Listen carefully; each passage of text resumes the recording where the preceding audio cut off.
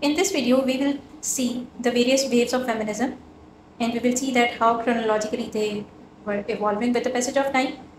So सबसे पहले हमारे पास आती है the first wave of feminism. उसका time period था 19th century से early 20th century तक और इस वेव के अंदर वुमेन ने सिर्फ ये डिमांड किया था कि उनको बीइंग इक्वल सिटीजन ट्रीट किया जाए और यूरोप और यूनाइटेड स्टेट्स के अंदर वुमेन ने मार्च किया, लिखा और कैंपेन किया, ठीक है। और इसके बाद हमारी सेकेंड वेव आई जिसका टाइम पीरियड था from 1960s to 1980s and in the second wave the major focus was on demanding the equality in workplaces, reproductive rights, sexuality and family roles। और इसके अंदर एक और इम्पॉर्टेंट बात भी ये हुई कि वुमेन को रियलाइज़ हुआ कि सिर्फ वोट का हक लेना इनफ नहीं था, हमें और भी चीज़ों के अंदर इक्वालिटी की ज़रूरत है।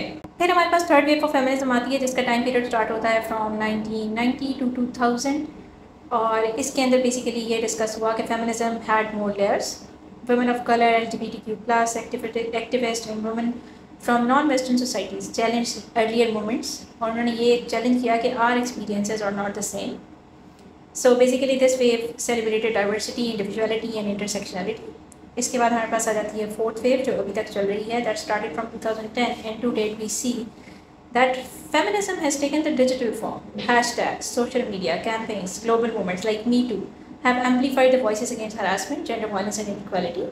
This wave is marked by inclusivity, gender fluidity and the fight for justice beyond the borders। अब हम देख लेते हैं कि कुछ प्रोपोनेंट्स जो फर्स्ट वेव की प्रोपोनेंट में मेजर हमारे पास जो नाम आते हैं वो है मेरी वॉलस्टोनक्राफ्ट और the vindication of the rights of women जिनकी बुक थी। उसके बाद हमारे पास सूजन बी एंथनी हैं जिन्होंने राइट टू वोट के अंदर बहुत अहम किरदार अदा किया। फिर सेकेंड वेव ऑफ फेमिनिज्म की अगर बात की जाए तो उसके अंदर हमारे पास बेटी फ्रीडन हैं जिनकी फेमस किताब का नाम है फेमिनिन मिस्टीक। और अगर हम थर्ड वेव ऑफ फेमिनिज्म की बात करें तो थर्ड वेव ऑफ फेमिनिज्म के अंदर हमारे पास दो इम्पॉर्टेंट फेमिनिस्ट्स हैं जिसमें रेबेका वॉकर हैं जिनकी किताब है बिकमिंग द थर्ड वेव और फिर हमारे पास जूडिथ बटलर हैं जिन्होंने gender as something perform not innate की बात की। और इसके बाद फोर्थ वेव की अगर हम बात करें तो हमारे पास तराना बरके हैं जो फाउंडर है मी टू मूवमेंट की।